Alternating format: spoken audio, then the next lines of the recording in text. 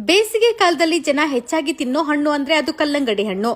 ಪಕ್ಕದ ರಾಜ್ಯ ತಮಿಳುನಾಡಿನಿಂದ ಬೆಂಗಳೂರು ಹಾಗೂ ರಾಜ್ಯದ ಹಲವು ಜಿಲ್ಲೆಗಳಿಗೆ ಪ್ರತಿನಿತ್ಯ ನೂರಾರು ಲೋಡ್ ಕಲ್ಲಂಗಡಿ ಹಣ್ಣು ಬರುತ್ತೆ. ಹಾಗಾಗಿ ಈ ವಿಚಾರವನ್ನ ತಿಳಿದುಕೊಳ್ಳುವಂತಹ ಅಗತ್ಯ ಎಲ್ಲರಿಗೂ ಇದೆ. ಬಿಸಿಲಿನ ಧಗೆ ಹೆಚ್ಚಾಗಿದೆ, ತಂಪಾಗಿರೋಣ ಅಂತ ಕಲ್ಲಂಗಡಿ ಹಣ್ಣು ತಿನ್ನೋಕು ಮುಂಚೆ ಸ್ವಲ್ಪ ಎಚ್ಚರಿಕೆಯಿಂದ ಇರಿ. ವಾಟರ್ ಮಿಲನ್ ನೋಡೋದಕ್ಕೆ ಅಟ್ರಾಕ್ಟಿವ್ ಆಗಿ ಕೆಂಪಾಗಿ ಕಾಣ್ಲಿ, ಜೊತೆಗೆ ರುಚಿಯಾಗಿರ್ಲಿ ಅನ್ನೋ ಕಾರಣಕ್ಕೆ ಆರ್ಟಿಫಿಷಿಯಲ್ ಕೆಮಿಕಲ್ ಅನ್ನ ವಾಟರ್ ಮಿಲನ್ಗೆ ಇಂಜೆಕ್ಟ್ ಮಾಡ್ತಾ ಇರೋ ವಿಚಾರ ಪಕ್ಕದ ರಾಜ್ಯ ತಮಿಳುನಾಡಿನಲ್ಲಿ ಹೊರಬಿದ್ದಿದೆ. ತಮಿಳುನಾಡಿನ ಫುಡ್ ಸೇಫ್ಟಿ ಅಧಿಕಾರಿಗಳ ಪರಿಶೀಲನೆ ವೇಳೆ ಈ ವಿಚಾರ ಬಯಲಾಗಿದೆ. ಇದನ್ನ ಅಫಿಷಿಯಲ್ ಆಗಿ ಕೂಡ ಅಧಿಕಾರಿಗಳು ಅಪ್ಡೇಟ್ ಮಾಡಿದ್ದಾರೆ.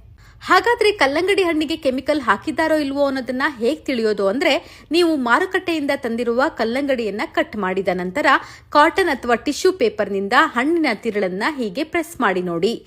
ಒಂದು ವೇಳೆ ಆ ಹತ್ತಿಗೆ ಯಾವುದೇ ಕಲರ್ ಅಂಟದಿದ್ದರೆ ಆ ಹಣ್ಣಿಗೆ ಯಾವುದೇ ಕೆಮಿಕಲ್ ಇಂಜೆಕ್ಟ್ ಆಗಿಲ್ಲ ಅಂತ ಅರ್ಥ.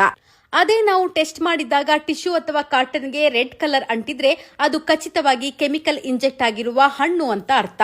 ಸೊ ಕಲ್ಲಂಗಡಿ ಹಣ್ಣನ್ನ ತಿನ್ನುವ ಮೊದಲು ಜಾಗೃತೆಯಿಂದ ಇರಿ. ಈ ವಿಚಾರವನ್ನ